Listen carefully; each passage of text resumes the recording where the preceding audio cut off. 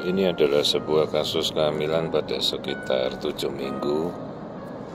Dengan kondisi normal di sini kita membandingkan pemeriksaan dari USG abdomen pada sisi kiri dan USG transvaginal pada sisi kanan dengan pasien yang sama. Jadi kebetulan kalau dari atas memang sudah cukup jelas.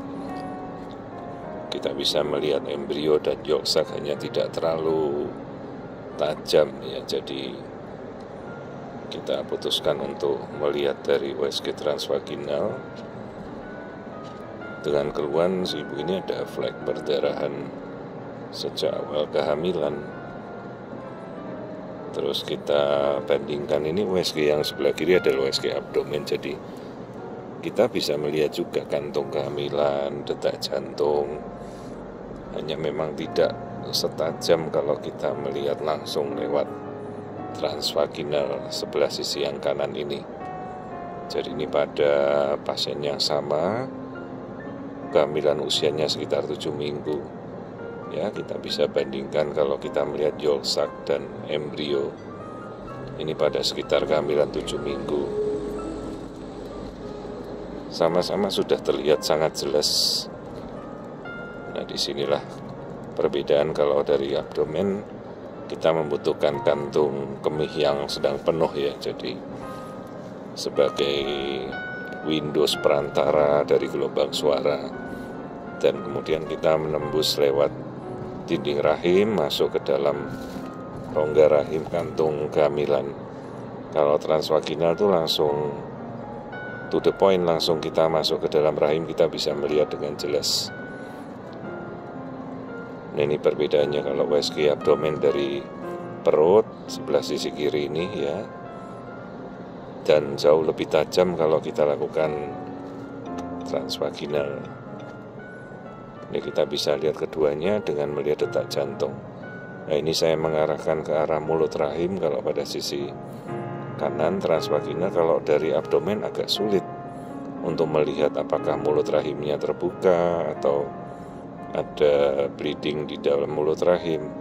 Kalau dari transvaginal saya bisa melihat dengan sangat jelas. Ya, ini. Jadi penyebab perdarahannya rupanya mungkin karena ada polip ini. Polip itu ada seperti kutil muncul di depan mulut rahim, sudah kita angkat dan kita bersihkan.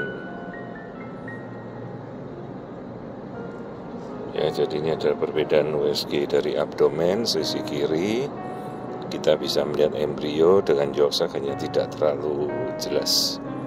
Tapi detak jantung dari minggu ke-7 sudah harus terlihat. Ya, jadi ini kehamilan pada sekitar 7 minggu.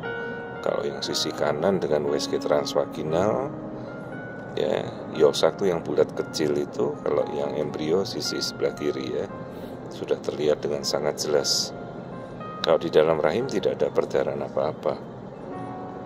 Jadi ini adalah pemeriksaan normal pada kehamilan 7 minggu. Ya, di mana sudah terlihat janin dan detak jantungnya. Jadi kalau dengan USG abdomen ya, dengan alat yang cukup tajam kita sudah bisa melihat detak jantung janinnya. Apalagi kalau kita lakukan dengan pemeriksaan transvaginal harus sudah sangat jelas ya.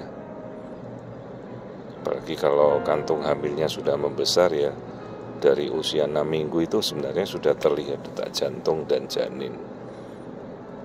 Jadi ini adalah kondisi normal.